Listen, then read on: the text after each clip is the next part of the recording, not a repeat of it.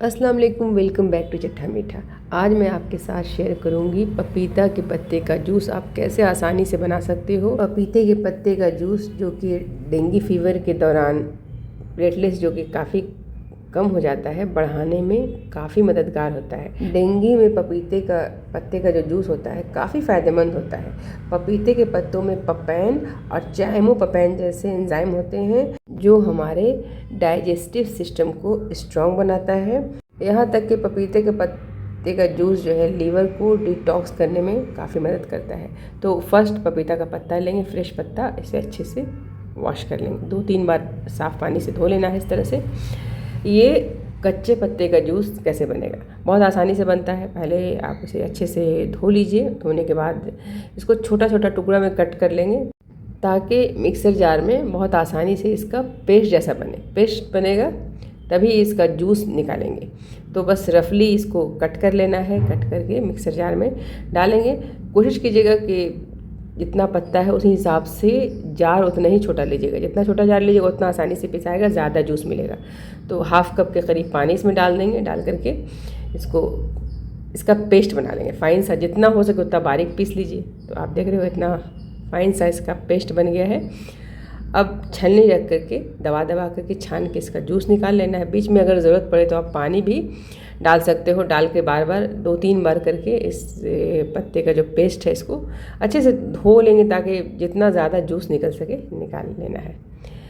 ये जूस बहुत ही फ़ायदेमंद है प्लेटलेट्स को बढ़ाने में। ख़ासकर डेंगू में जो प्लेटलेट्स काफ़ी डाउन हो जाता है, बहुत तेज़ी से ये इंक्रीज़ होता है इससे है।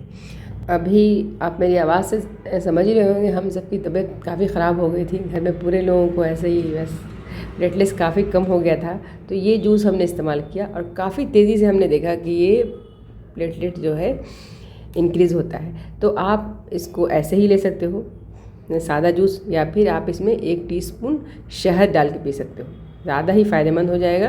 लेकिन ये कड़वा होता है, आप चाहें तो इसमें थोड़ा काला नमक भी ऐड कर सकते हो। तो जैसे पसंद है, नमकीन या मीठा बना के पी लो, या फिर ऐसे ही सादा। ये तो हो गया कच्चा जूस। अगर आप चाहते हैं कि बॉयल पीना, तो ये ज़्यादा अच्छा लगता है, टेस्टी लगता है पीने में। तो कच्चा वाला थोड़ा ज़ाहिर है कच्चा रहता है तो पत्ते का हरियाणापन होता है, और ये बॉयल वाला ज़्यादा पीने में अच्छा लगता है, उतना कड़वा नहीं लगता है। तो आप चाहें तो ये बॉयल वाला भी बना सकते हो। तो पहले वैसे ही पत्ते को अच्छे से 2-3 बार धो लेना है। धो करके रफली कट करना है। कट करने से क्या होगा कि हर एक टुकड़े से में जो पानी अच्छे से बॉयल होगा तो ज़्यादा से ज़्यादा जूस इसका निकलेगा। तो इस तरह से हमने कट कर लिया है। ये पत्ता रात को हमने तोड़ के लाया था, थोड़ा सा भी पत्ता फ्रेश नहीं है, एकदम ताज़ा नहीं है। तो इसको एक जिस पतीले में बनाना है जूस, सॉसपैन में डालना है और 1 गिलास पानी डालेंगे। 1/4 गिलास मिलेगा जूस इसका।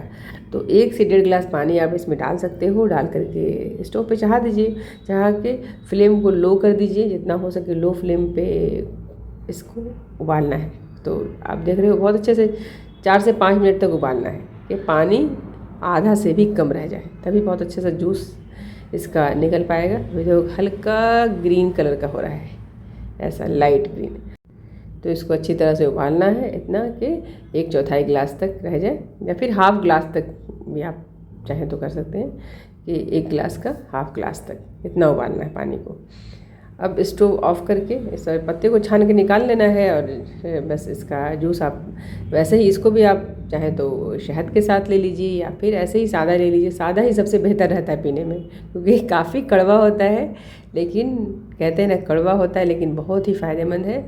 तो अगर प्लेटलेट्स किसी का भी कम हो गया है या स्किन का कोई प्रॉब्लम है तो आप ये पपीते के पत्ते का जूस इस्तेमाल कर सकते हो, बहुत ही फ़ायदेमंद है।